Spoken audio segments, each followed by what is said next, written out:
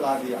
और हम तो ये कहते हैं कि बाबू नीतीश कुमार जी ने अति पिछड़ों के गर्दन पर धोथर हंसुआ चला करके उसकी गर्दन काट दी और लोगों के बीच में स्वांग रचते हैं कि हम अति पिछड़ों का मसीहा हैं। बार बार अखबार के माध्यम से ये बातें आती हैं, लेकिन ये लगातार जननायक कर्पूरी ठाकुर के बाद हमेशा कुछ न कुछ जातियों को इसमें जोड़ा जाता रहा, बिना कोई वैज्ञानिक आधार के, बिना सर्वे का, बिना आयोग का रिपोर्ट का। लेकिन हद तब हो गया जब अपेक्षाकृत संपन्न जाति जैसे तेली का मैं विरोधी नहीं हूँ, ये मत दिमाग में कोई बना ले कि मैं तेली का विरोध कर रहा हूँ। मैं तो उस जननायक कर्पूरी ठाकुर जो उन्होंने 1978 में पहली बार बिहार में बिना मांगे अति पिछड़ों की दशा को देखते हुए 2 वर्गों में अति पिछड़ा और पिछड़ा बांटा था और उसका आरक्षण का लाभ मिला। लेकिन मंडल कमीशन जो लागू हुआ अति पिछड़ों के लिए धोखा है।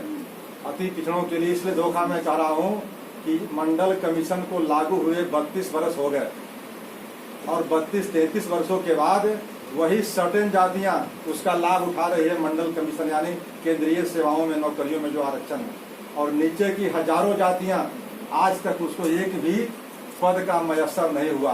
तब जाकर के 2017 में केंद्र की सरकार यानी नरेंद्र मोदी की सरकार ने रोहिणी आयोग बनाई। रोहिणी आयोग को मात्र 6 महीना समय दिया गया था कि अपनी रिपोर्ट आप प्रकाशित करो, लेकिन रोहिणी आयोग ने क्या किया, लगा दिया 5-6 वर्ष और 13 बार एक्सटेंशन मिला। 2023 में जुलाई 2023 को अंतिम बार रोहिणी जो है वहाँ दिल्ली हाईकोर्ट की चीफ जस्टिस थी, उसके नेतृत्व में जो आयोग बना था वो रिपोर्ट सबमिट कर दी माननीय राष्ट्रपति महोदया के यहाँ। लेकिन वह रिपोर्ट में क्या है नहीं है, आज तक सार्वजनिक रिपोर्ट नहीं हुई और लागू करने की तो बात छोड़ दीजिए। आइए, ये स्थिति विद्रोह बनी हुई है अति पिछड़ों वर्गों के साथ कि जो आयोग बनी बड़ी मशक्कत से 33-34 वर्षों के बाद आयोग अपना समय 6 महीना में देना था, वो 6 साल लगा दिया और रिपोर्ट भी जब आई है तो ठंडे बस्ते में पड़ा हुआ है। मैंने राष्ट्रीय स्तर पर, केंद्रीय स्तर पर पिछड़ों का आज भी आरक्षण जो है सिर्फ एक मुश्त है पिछड़े वर्ग के नाम पर। लेकिन बिहार में जिस तरह से जननायक कर्पूरी ठाकुर ने अति पिछड़ा और पिछड़ा का वर्गीकरण किया था, उस तरह की स्थितियां लगभग 12 प्रदेशों में है।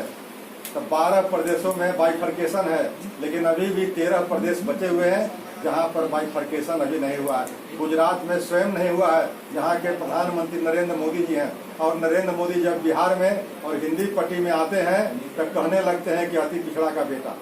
तो अति पिछड़ा का बेटा वोट के लिए कहते हैं, लेकिन अति पिछड़ा और पिछड़ा का वर्गीकरण गुजरात में आज तक नहीं किए हुए हैं। तो इस तरह से कई बातें हैं। लेकिन आज जो 5 सूत्री मांगों को लेकर के हम प्रथम चरण में आंदोलन किए थे, उस समय भूकंप आया था 2015 में। उस समय हम लोग गांधी मैदान के पास मोना सिनेमा हॉल के पास 500 लोगों के साथ धरना पर बैठे हुए थे। उस धरना में अचानक भूकंप आया, सारा सामान हम लोग को टूट गया था और हम लोग भी लगा कि धरती में समा जाएंगे, तो वो सब टूट गया था। उस दिन से, यानी कहने का मतलब हुआ कि जब से इन संपन्न जातियों को अति पिछड़ा में शामिल किया गया, तब से ही लड़ाई को हम लोग लड़ रहे हैं। बाद में हम लोग पटना